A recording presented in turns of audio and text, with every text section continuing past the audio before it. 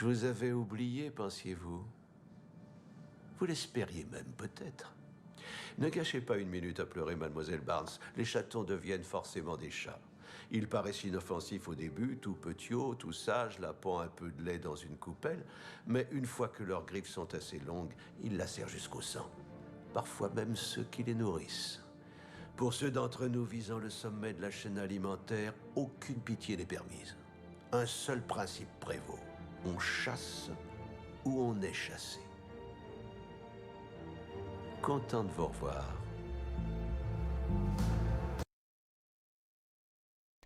Et bonjour et bienvenue. Salut à tous. Vas-y. Non, c'est moi qui commence, pardon, excusez-moi. Je suis en train de faire en même temps là. Je suis complètement. On vous a maintenu Je en suis vie. toujours Dites-nous en plein maintenant, rodage le secret pour gagner. Non mais ça va. technologique. Donc Tu te oui, débrouilles bonjour. Nouvelle pause café. Waouh, on a déjà 2 spectateurs. Ouais, je trouve ça dingue. Alors, comme les fois d'avant, hein, petite discussion sympa pendant une trentaine de minutes. On a pas mal de choses à dire en même temps aujourd'hui, donc on va commencer direct. Moi, je voulais vous parler d'une petite exposition qui a été mise en place à la médiathèque depuis lundi. Du coup, donc vous voyez à l'écran, c'est dans le cadre de la manifestation Patrimoine écrit en Bourgogne-Franche-Comté. On en a parlé un petit peu la semaine dernière. Et donc, l'exposition, c'est notre collègue Émilou qui s'en est occupé et qui, à partir des collections patrimoniales de la médiathèque, donc c'est pas des documents qu'on a empruntés à d'autres structures, c'est vraiment les nôtres, qui a fait des vitrines en fait sur des francs-comtois qui ont eu un destin remarquable. Alors dans tous les domaines, il y a des scientifiques, il y a des résistants, il y a des personnalités qui ont travaillé plutôt dans le milieu de la mode, de la joaillerie, tout ça, et qui sont tous francs-comtois, puisque voilà, c'est une manifestation un petit peu chaude. Mais du coup, voilà, elle a fait des jolies vitrines avec donc, des documents à nous. Ça permet d'en savoir plus sur ces personnages qu'effectivement, la grande histoire, on va dire, n'a pas forcément retenu, mais qui ont compté dans leur domaine. Et juste pour terminer là-dessus, en plus de cette exposition, il y aura une conférence à la médiathèque le 8 juillet. Alors, on aura l'occasion d'en reparler, mais peut-être déjà, vous pouvez noter la date. Une conférence sur le même thème, donc les francs-comtois remarquables mais méconnus, et qui sera animée par l'historienne Annie Gay. Voilà. Donc, Et l'expo à du coup. suivre. où Et est-ce l'expo, qu'on peut- donc c'est depuis lundi et c'est jusqu'au 21 septembre, donc tout l'été. C'est au 2e étage de la médiathèque, dans les vitrines. Voilà. Donc accessible du coup uniquement aux heures d'ouverture de la médiathèque. Voilà. Ok. Donc moi je vais vous parler du cinéma et notamment donc de la fête du cinéma qui commence mercredi prochain, donc le 30 juin, et qui dure jusqu'au dimanche 4 juillet. Donc n'hésitez pas à venir, les séances sont toutes à 4 € Bienvenue du au coup. Liban. Puis-je vous orienter? Et Attention. n'hésitez pas à venir voir nos films qui sortent la semaine prochaine. Donc on a toujours le cycle Tavernier qui est en cours, avec, je vais regarder la grille, normalement Il y a cet après-midi. ouais. Il y a à 16h30 Voyage à travers le cinéma français, donc le documentaire de Tavernier. Et voilà, et puis du coup ça dure jusqu'au mardi 6 juillet. 6 juillet. 10. Mardi Oui, 6. pardon, 6.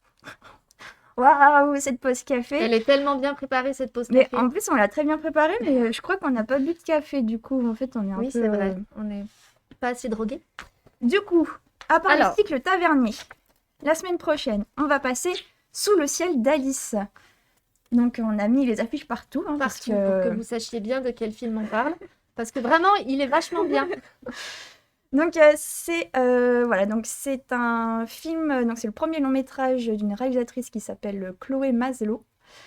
Donc on va vous mettre la bande-annonce pour que vous puissiez voir un peu son style, et puis après on va en dire quelques petits mots. C'est parti. C'est parti.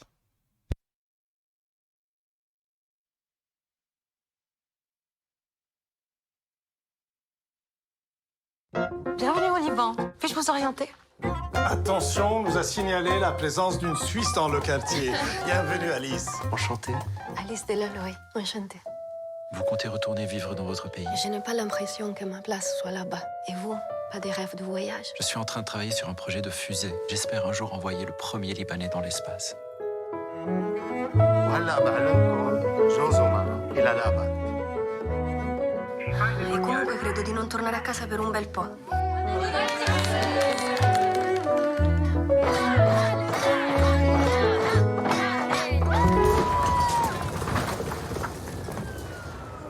Qu'est-ce que se passe? Je crains que plus rien ne soit comme avant dans ce pays que tu as tant aimé. Que notre paradis soit détruit. On prend l'avion pour Paris ce mardi. Le pays n'existera sûrement plus dans une semaine. C'est sûr que si personne n'a le courage de rester. Il fallait s'y attendre. Ce 11e cessez-le-feu n'aura pas duré plus de quelques jours. Elle est amoureuse. Je vais rejoindre Salim. Je vais partir pour la France.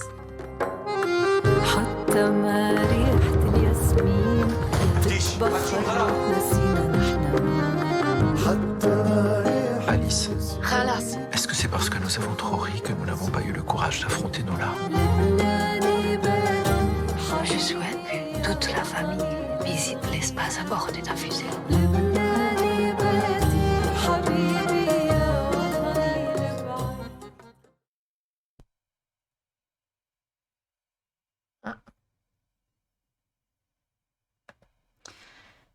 Donc Sous le ciel d'Alice, c'est un peu notre coup de cœur pour l'équipe cinéma. Ça a l'air assez cool quand même, hein. Moi, je l'ai Oui. pas vu. Alors nous, on a eu de la chance de le voir pendant une projection professionnelle. Donc du coup, c'est un film qui se passe du point de vue de Alice qui quitte la Suisse pour aller travailler au Liban. Et donc elle va rencontrer cet astrophysicien dont le rêve est d'envoyer un Libanais dans l'espace. Et en fait, c'est leur histoire familiale qui en fait va se trouver confrontée à la guerre civile qui se déclare en 1975 au Liban. Donc en fait, c'est un film qui mêle prise de vue réelle et technique d'animation, parce que Chloé Maslow, en fait, c'est son premier long métrage, et avant, elle a fait des courts métrages, beaucoup d'animation. D'accord. Donc du coup, elle mêle ces deux techniques, ce qui donne au film en fait un aspect très poétique. Oui. Et du coup, c'est en même temps, il y a un ton assez léger, avec des couleurs très, très pop, très années 70 Oui, en fait. très 70, c'est vrai ça. Et en même temps, un sujet très grave qui est la guerre civile, et comment en fait la guerre va en fait disloquer cette famille et l'éparpiller un peu partout dans le monde. Donc en fait, c'est une histoire qui est, pour le synopsis, c'est inspiré en fait de son histoire familiale, en fait, de l'histoire de ses grands-parents et de ses parents qui ont vécu au Liban D'accord. jusqu'en 1976. Et notamment, elle s'inspirait du personnage de sa grand-mère, en fait, qui était suisse aussi, en fait, qui reprend le personnage d'Alice au final. Donc elle s'inspire de ces anecdotes qu'elle a entendues pendant son enfance de la part de ses grands-parents. C'est un film qui parle d'attachement au pays et en fait, comment quitter un pays, parce qu'Alice, en fait, tombe totalement amoureuse, en fait, de ce nouveau pays. Mhm. Et a beaucoup de mal à le quitter, même si, en fait, il y a la C'est pas guerre. son pays d'origine. C'est ça. Et en plus, voilà. Donc du coup, ça parle de l'attachement à un pays, de l'amour qu'on peut avoir pour un pays, alors que bon, ça peut ne pas être très rationnel, mais c'est très bien montré en fait à l'écran. Et c'est un film aussi, il y a différentes émotions qui sont retranscrites dedans grâce à des métaphores visuelles. On a pu voir un peu avec les parents d'Alice au téléphone qui sont en pâte à modeler pendant la J'ai pas fait bande-annonce. attention. En fait, ils sont sous forme de pâte à modeler. Ouais. Aussi, il y a son cœur qui brille Oui, sous ça, son j'ai vu. Bah, on tablier. le voit bien sur l'affiche là. Ouais, en fait, elle utilise plusieurs techniques comme ça qui sont tirées en fait de techniques d'animation. Et voilà, qui participent à cette ambiance aussi à la fois légère et grave, et qui permet aussi de prendre de la distance par rapport au récit. Donc, D'accord. non, un très très beau Il film. le défend bien en tout cas, oui. Et vraiment très intéressant aussi sur tout ce qu'il dit en fait. Donc allez-y. Et en plus, je sais pas si vous le savez, mais au cinéma des 4C, avant les films, on diffuse des courts-métrages. Et là, notamment, on va diffuser un court-métrage de Chloé Maslow. Donc c'est full Chloé Maslow si vous venez voir Sous le ciel d'Alice. Et c'est diffusé à partir de À partir de mercredi prochain. Voilà. Pendant 3 semaines. Exactement. Voilà. Et c'est pas nous, on diffuse pas les films forcément tous les jours. Donc du coup, n'oubliez pas de bien vous renseigner sur le site pour pas louper les séances. Mais vraiment, visiblement, ça vaut le coup d'œil. Ouais, carrément. Alors ensuite, tu voulais nous parler. Oui, alors d'un autre je voulais film. parler aussi de Crock of Gold. Donc, je vais faire un peu plus court dessus. En fait, c'est le documentaire sur le parcours de Shane McGowan, qui est le chanteur des Pogues. Donc, je sais pas, pour ceux qui connaissent pas, on voulait diffuser un extrait un peu de Dirty Old Town. Alors, je vous mets juste le son. Hein. Ouais. Moi, je connais pas, donc je vais écouter aussi.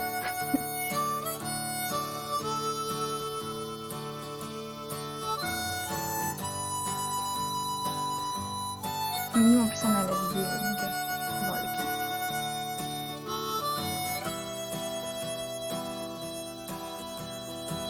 Et voilà, donc du coup, c'est un groupe de folk irlandais punk, donc plutôt qui a connu le succès dans les années 80-90. Et donc là, en fait, ce film va retracer le destin donc, du chanteur, qui est devenu assez iconique, surtout par le fait qu'il avait plus toutes ses dents. Et alors, tu la prends en otage. Et qui du coup lui donne aussi cette voix un peu, on dirait que Ah oui. il a une patate diction chaude est un peu, modifiée, ouais du c'est coup, ça, ouais, dans sa ok, bouche ça fait c'est Bah, en même temps, le pauvre, il a plus de dents. assez caractéristique. Ouais. Et donc oui, je l'ai pas vu, mais voilà, je voulais vous en parler parce que il y a que 2 séances. Ah oui, en c'est fait. vrai. Ouais. Donc les 2 séances, je regarde sur le programme. Il va pas passer beaucoup. Pourquoi je veux tout... Ah. Donc c'est le 1er juillet à 20h30 et le 3 juillet à 18h. Donc voilà. Et apparemment, ce qui est intéressant, c'est qu'en fait, à travers le destin du chanteur, le réalisateur, il a réussi à évoquer aussi l'histoire de l'Irlande. D'accord. Et en fait, cette histoire qui aussi a inspiré beaucoup le groupe pour ses chansons et sa musique. D'accord. Donc ça doit être assez intéressant de voir un peu comment s'entremêle le destin de ce personnage et en même temps l'histoire politique aussi de Oui, un peu l'Irlande. troublé. Donc voilà, si vous avez l'occasion de venir le voir, je pense que ça peut être bien intéressant. Et puis si vous êtes fan des Pogues, je vous le recommande totalement. Ok, bon. Et donc pour finir le petit point actu, pour ceux que ça intéresse ou si vous avez dans votre entourage des gens que ça peut intéresser, surtout que c'était un sacré personnage. Et oui, Pakpaka, il est fan visiblement. Il connaît bien, ouais. Du coup, donc Pakpaka que 2 séances, il faudra pas de fois rien. Oui, il est pas mort, ouais. Il est encore vivant, ouais. Nous aussi, on pensait qu'il était mort et puis on a vérifié, mais non, il est toujours vivant. Il est pas en super état, mais voilà. Il a toujours pas de dents. Si, il s'est refait des dents. Si. Même, t'as des photos sur internet et tout, justement, Les avec gens doivent le avant, trouver quand bizarre, il avait ouais. pas de dents, et maintenant, il a des toutes belles dents. Voilà. Ouais, c'est pas vraiment lui, quoi. Ouais, du coup, ça fait bizarre, en fait. Ça casse le personnage. Donc oui, juste pour les ateliers de conversation, alors c'est pas du tout le même type d'animation. Les ateliers de conversation, en fait, c'est un groupe d'échanges, de paroles, de discussions pour les personnes qui souhaitent apprendre le français ou s'améliorer en français. Donc c'est plutôt destiné voilà, au public français langue étrangère, donc vraiment public qui apprend la langue, dont le français n'est pas la langue maternelle et qui souhaite s'améliorer. C'est tous les jeudis à la médiathèque à partir de 14h. C'est gratuit et sans inscription. Si vous souhaitez venir, vous avez simplement à vous présenter à 14h le jeudi à la médiathèque. C'est animé par 2 de nos collègues. Et ça reprendra jeudi 1er juillet, là, le jeudi de la semaine prochaine. Il n'y aura pas de trêve pendant l'été. Donc voilà, n'hésitez pas si vous êtes vous-même en train d'apprendre le français ou si vous avez dans votre entourage des gens que ça pourrait intéresser, c'est une animation qui est très très sympa. C'est sans obligation, vous pouvez venir une fois et pas la semaine suivante, il n'y a vraiment aucune contrainte, voilà. Donc voilà, les ateliers de conversation à la médiathèque. Bon, et ensuite, je te repasse la parole. Ouais, on a fini avec le point actualité. Et on va passer à nos petites lectures de la semaine. De la semaine. Alors, moi, je voulais parler de Violette Hurlevent et le Jardin sauvage. Donc, écrit par Jean-Baptiste Bourgois et Paul Martin. On suit l'histoire, en fait, de Violette qui emménage dans une nouvelle maison avec sa mère et son petit frère. Oui. Donc, on comprend très rapidement, en fait, qu'ils emménagent dans cette nouvelle maison parce qu'ils fuient un père toxique. D'accord. Donc déjà, l'ambiance est un peu donnée sans que ce soit non plus très sombre au début. Bon, elle nous dit ça comme ça dans les premières pages. On est là, bon, d'accord. Et en fait, elle va se réfugier dans le jardin de cette maison, qui est un peu à l'abandon. Et en fait, elle va se rendre compte que le jardin ouvre vers un monde parallèle D'accord. qui est le jardin sauvage. Donc du coup, elle va évoluer dans ce jardin sauvage, rencontrer des personnages atypiques, des petits jardiniens Jardinin. des jardiniens. Nien. Donc c'est des petits personnages qui vivent sous la grande pelouse. Enfin, c'est tout un Il y a tout un vocabulaire. petit vocabulaire, mais en même temps, c'est pas non plus. C'est très imagé, donc du coup, le jardinien, tu comprends très bien ce que ça veut Oui. dire. Et puis en plus, il y a De l'affiche. Le décor se casse la gueule, dites donc. il y a des dessins. Bon, vas-y, Je vais l'enlever, hein. ouais. Il y a des dessins à la plume en fait dans le roman. Donc en fait, ça permet d'aérer aussi la lecture et puis ça s'agence très bien avec le texte. C'est des illustrations à la plume qui sont très belles. Donc elle va rencontrer aussi la horde verte qui est en fait des arbres qui partent, qui marchent. Voilà, donc elle va devoir, ça sera un peu son premier défi, arrêter la horde verte. Parce qu'en fait, elle se rend compte qu'elle est la protectrice du jardin. D'accord. Et ça, elle l'apprend par le biais de 3 taupes prophètes. Taupe. Taupe. T'es dans le Jura. Ouais, je sais, mais j'y Taupe. arrive pas. Non, taupe. Donc c'est un univers qui est, c'est de la fantaisie, quoi. Ouais. Et cette Violette, donc protectrice du jardin, elle va devoir récupérer 7 reliques qui lui permettront de sauver le jardin de la menace de la tempête. D'accord. Voilà. Donc elle va rencontrer tous ces personnages et en fait ça va révéler un peu tout son courage et puis son intelligence aussi de cette petite fille qui en fait ce jardin qui est dangereux aussi, en fait il est aussi dangereux que la réalité dans laquelle elle vit. Parce qu'en fait, son père reste toujours cette menace. C'est une espèce de métaphore un peu quand même. C'est ça, c'est exactement ça. La tempête, en fait, c'est une métaphore de la menace du père. D'accord. Qui menace toujours de les enlever à leur mère et de les garder pour lui. Ok. Donc, du coup, c'est un roman jeunesse, donc à partir de 11 ans, Ouais. et qui traite donc des violences, en fait, là, notamment psychologiques, d'un parent sur le reste de la famille. Ouais. Et c'est fait de manière très subtile, du coup, par le parallèle de ce jardin sauvage et de toutes les créatures qu'elle va rencontrer. D'accord. Donc, du coup, c'est tour à tour très dans l'action, parce que du coup, elle Roman n'arrête d'aventure, jamais, quoi. ouais, C'est ouais. plein de rebondissements avec vraiment une galerie de personnages vraiment très bien écrits et des situations, genre, il y a des jardiniens, donc il y a plusieurs types de jardiniens, et il y a des jardiniens du lac qui pêchent dans le lac des chipolatas. Voilà. Donc, du coup, voilà, et du coup, ça mêle aussi de l'humour. Par exemple, son chien, donc elle est accompagnée de son chien qui s'appelle Pavel. Ouais. Et du coup, son chien parle dans le jardin sauvage. Oui, mais pas dans la réalité. Pas dans la réalité, Ouais. mais juste dans le jardin sauvage. Elle veut absolument qu'il la vouvoie. Donc, du coup, quand il lui parle, il la vouvoie parce qu'elle a toujours rêvé qu'on la vouvoie. Ah oui, d'accord, ouais. Et c'est un chien qui adore les cornichons et qui se bat en faisant des arts martiaux parce qu'il a regardé des vidéos D'accord. à la télé et en fait à un moment il y a un combat contre un loup Ouais. et en fait il arrive à combattre le loup parce que il utilise une Il a technique reconnu, d'arts ouais. martiaux et du coup le loup est pas préparé puis du coup le combat est fini comme ça. Donc Il est badass, quoi. c'est ça, c'est en même temps léger puis en même temps quand il y a toujours cette menace quand même assez grave. Donc le récit va aborder des thèmes de plus en plus graves, du coup, parce qu'à la fin, il y a bien sûr la confrontation avec la tempête, en fait, le grand méchant. Et, mais voilà, c'est un récit qui est vraiment très intéressant, et voilà, puis en plus, qui fait référence aussi à plein d'auteurs jeunesse, donc le nom des personnages, c'est des références, en fait. Genre, il y a D'accord. Sandac, donc pour Maurice Sandac, Ouais. enfin, voilà. Et voilà, c'est un univers qui est très riche aussi, et on se lasse pas, il y a vraiment beaucoup de rebondissements et voilà, C'était très- cool. C'était vraiment sympa, ouais. Moi, je me suis laissée plonger dans cet univers, D'accord, ça ouais. m'a beaucoup plu. Ok. Et voilà, oui. Et pense donc, que on l'a à la j'ai tout dit. médiathèque. Et on l'a à la médiathèque, tout à fait. Il est en secteur jeunesse. Et donc, c'est Violette Hurlevent et le jardin sauvage. Ok. Bon. Alors, moi, je vais enchaîner avec... c'est pas un roman, du coup, c'est un film que j'ai vu cette semaine. Qui met aussi en scène des enfants. Voilà, ça s'appelle Les filles au Moyen-Âge. C'est un film qui a été réalisé en 2016. C'est pas une nouveauté du tout. Je suis tombée dessus un peu par hasard par Huberville. Et ben, je vais vous montrer la bande-annonce et puis ensuite on en parlera.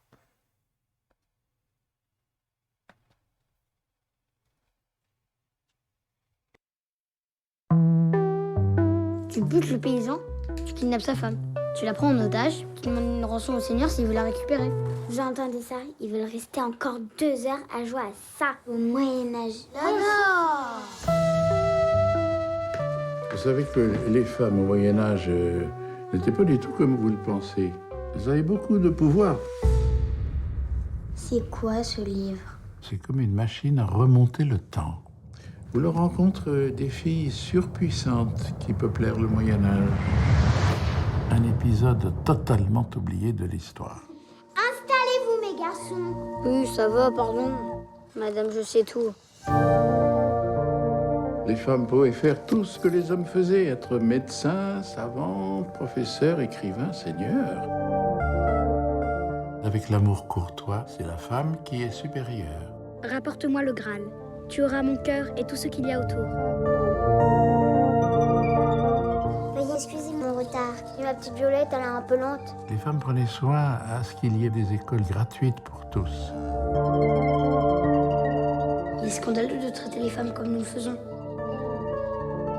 Nicolas, Son Excellence. on a complètement déconné. J'ai jamais rien compris aux femmes.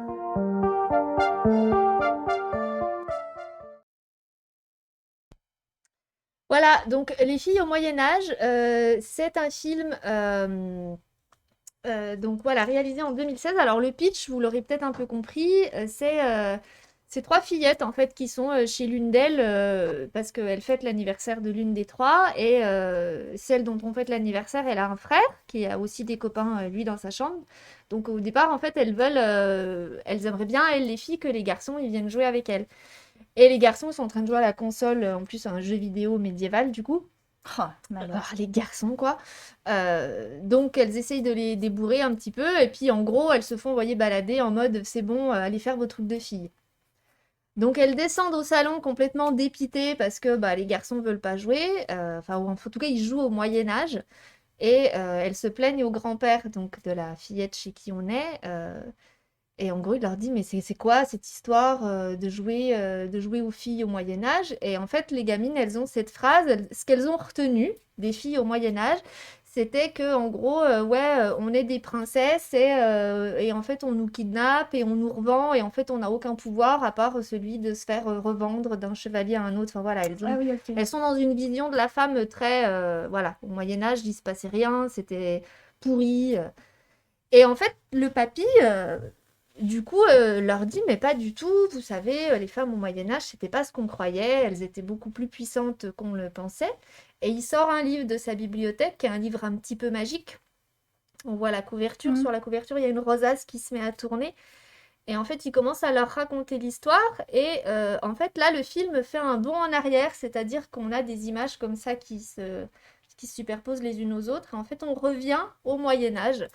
Et à partir de là, le film se décompose, alors passe en noir et blanc, et en fait, il se décompose en une suite de scènes, d'épisodes en fait, où chaque épisode met en scène un fait avéré historique du Moyen-Âge, mais toujours vu à travers le prisme de la femme, de la condition féminine, toujours une lecture en fait, une relecture du Moyen-Âge à partir de ce prisme-là.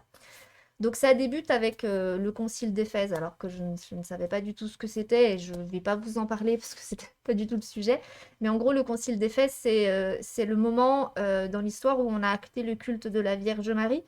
Donc on sort aussi un petit peu de l'époque antique, des Romains, tout ça, où pour le coup la femme était vraiment pas considérée. À ce moment où en fait on se dit, mais attends, en fait... Jésus, mais du coup la Vierge Marie en fait c'est la mère de Dieu, donc c'est quand même pas n'importe qui, donc en fait les femmes sont pas n'importe qui aussi, donc où on va rentrer en fait dans une période où la femme va être beaucoup mieux considérée que ce qu'on croit, et donc c'est tout l'intérêt de ce film, c'est qui est très documenté, je tiens à le signaler. Alors il y a des suppléments dans le DVD. D'habitude, moi, je regarde jamais les compléments, tout ça. Et là, en fait, je sais pas pourquoi, j'avais vraiment bien aimé le film. Il y a notamment un échange entre le réalisateur et un historien du Collège de France. Où du coup, voilà, ils vont tous les deux un petit peu échanger autour du film parce que la lecture d'Uberville sur les femmes au Moyen-Âge, c'est une sa lecture à lui, qui est documentée certes, mais voilà, il peut y avoir aussi des points. On n'est pas en train de dire que la femme au Moyen-Âge était complètement libre de tout, avait tous les droits. On n'en était pas là-dessus non plus. Mais elle était beaucoup plus puissante qu'on le croyait. Et notamment, c'est ce que le film va s'attacher à montrer à travers les scènes, c'est qu'elles avaient un rôle très social. Mais en fait, le Moyen-Âge, c'est ce que le réalisateur a aussi voulu, parce que c'est des enfants qui incarnent tous les personnages, en fait. Il n'y a pas d'adultes. Ah, c'est chouette. Donc les enfants qu'on voit au début, en fait, dans toutes les scènes, ils vont incarner tous les personnages. Ok. Et il a voulu faire ça aussi parce qu'il y avait ce côté un peu naïf, un peu authentique des enfants. Et puis parce que selon le réalisateur, le Moyen-Âge, loin d'être cet âge un petit peu obscur, c'était une période de l'histoire où en fait il y a eu énormément d'avancées, énormément de découvertes, et c'était un âge qui était une période qui a été très énergique, qui a quand même duré 1000 ans, donc c'est pas rien. Et voilà, en fait, pour lui, il le dit d'ailleurs dans cette conversation avec l'historien, c'est l'enfance de notre civilisation. Donc ce côté de faire tourner des enfants, c'était aussi pour rendre un petit peu ce côté au Moyen-Âge jeune, naïf, et naïf dans le sens où la communauté était très importante dans cette époque-là, et il n'y avait pas, à son sens, ce cynisme qu'on peut avoir nous aujourd'hui dans nos époques. Alors voilà, très capitaliste, la fin du film, si vous le voyez, vous comprendrez pourquoi je dis ça. Il n'y avait pas un peu ce cynisme ambiant que lui trouve dans notre période actuelle. Au Moyen-Âge, il n'y avait pas ça. Il y avait un côté un petit peu plus naïf dans ce sens-là, ignorant d'un certain cynisme. D'accord. Et donc, le fait de faire tourner des enfants, ça rendait ça aussi. Et il l'a tourné en 16 mm. C'est pas du tout numérique, du coup il y a un grain hyper particulier, il y a un son très particulier, c'est tout en noir et blanc. Et en fait c'est une ambiance extrêmement poétique, extrêmement douce. Et parallèlement, les dialogues en fait sont souvent assez décalés. C'est pour ça qu'il cite les Monty Python dans la bande-annonce. Ah oui. C'est vrai que du coup les gamins ils ont des expressions d'aujourd'hui en fait. D'accord. Donc il y a comme ça des fois des petits anachronismes qui vont un peu, qui permettent un peu de vulgariser ce qu'on est en train de regarder. Enfin, vraiment, c'est un film qui est accessible aussi, du coup, pour des enfants. À voir en famille, je pense que ça peut bien passer. Voilà, donc je l'ai beaucoup aimé pour le propos, parce que du coup, quand même, il interroge sur, effectivement, la place de la femme à l'époque, et surtout maintenant.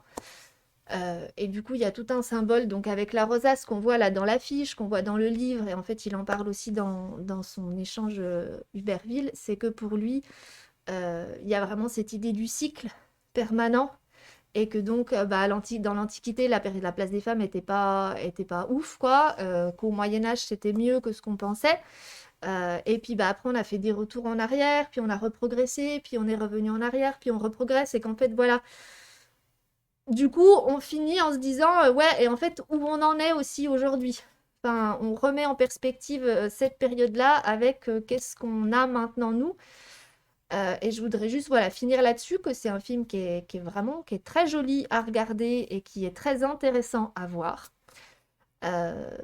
J'ai vu Mignonne le lendemain. Je ne sais pas si tu l'as vu, Mignonne. Oui. Donc Mignonne, en fait, c'est un film qui est bien plus récent et qui date d'il y a quelques années, il y a 2-3 ans, je crois. Oui, oui, même pas, ouais. Même pas, ouais, je dirais. Qui va du coup aborder plutôt c'est l'histoire d'une petite gamine elle est en 6e, je crois qu'elle a 11 ans, et en fait de comment ces enfants, ces filles de ces âges-là se font happer par un peu les codes des réseaux sociaux et l'hypersexualisation des enfants. Enfin voilà, et c'est un film qui est...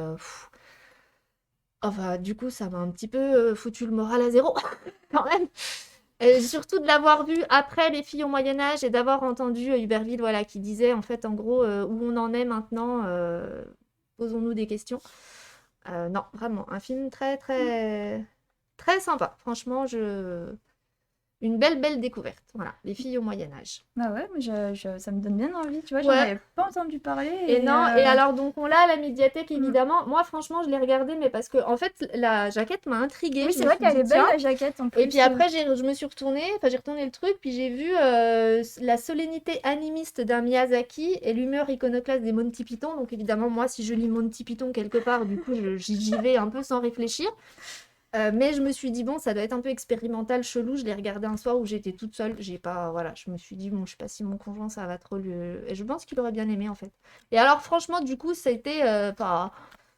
Je le regardais un peu en me disant, bon, il faut que je le rende, faut quand même que je l'ai vu. Et franchement, non, vraiment, super. Les filles au Moyen-Âge, belle découverte. Ah ouais, bah c'est cool. Ouais, c'est bien quand on tombe comme ça sur un document. Ouais, c'était chouette. Quelle heure il est? Il est déjà 32. Oh non. On a beaucoup trop de choses à vous dire. Bon, bah tant pis alors. Bah, ce sera pour la semaine prochaine. Bon, bah on garde nos autres coups de cœur pour la semaine prochaine. On garde tout ça au chaud. Ouais. De toute façon, ça bougera pas. Bah voilà, du coup, on vous dit à la semaine prochaine. Passez une très bonne semaine. Oui. On vous attend toujours vendredi prochain, du coup, à 13h, avec encore plein de belles choses à vous dire, à partager avec peut-être vous. même des nouveaux visages. Exactement. Parce que bon, si vous ne voyez que nous, au bout d'un moment, vous allez en avoir ras-le-bol. C'est clair. Et qu'est-ce qu'on voulait vous dire d'autre? Oui, n'oubliez pas que dimanche, ce sont les élections régionales. Donc, on vous a prévu une petite vidéo qui n'a pas vraiment de lien avec la politique, en fait. C'était juste un petit clin d'œil, voilà, au film Napoléon Dynamite et à ce fameux slogan « Vote for Pedro ». Voilà. Donc, on vous laisse avec cet extrait. Merci, Pat Paca, pour tes encouragements. C'est cool. Et donc, on vous dit, oui, à la semaine prochaine. À la semaine prochaine. Salut.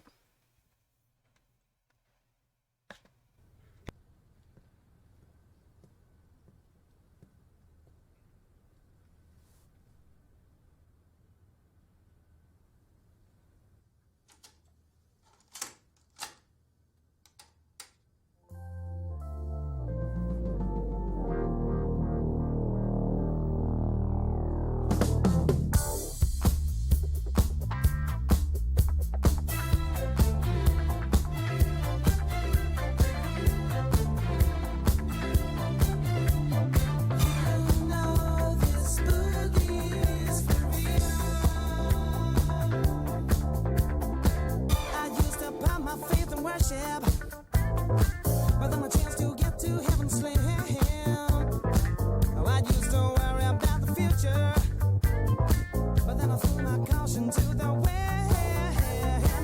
I had no reason to be carefree, no, until I took a trip to the other side of town. You know I heard that boogie rhythm. Hey, I had no choice but to get down, down, down, down, dance. Woo. Nothing left for me to do but dance. All these bad times I'm going through, just dance. Got candy in my ears tonight, big bad. Ooh, I feel the thunder, see the lightning. I know this anger's heaven sent.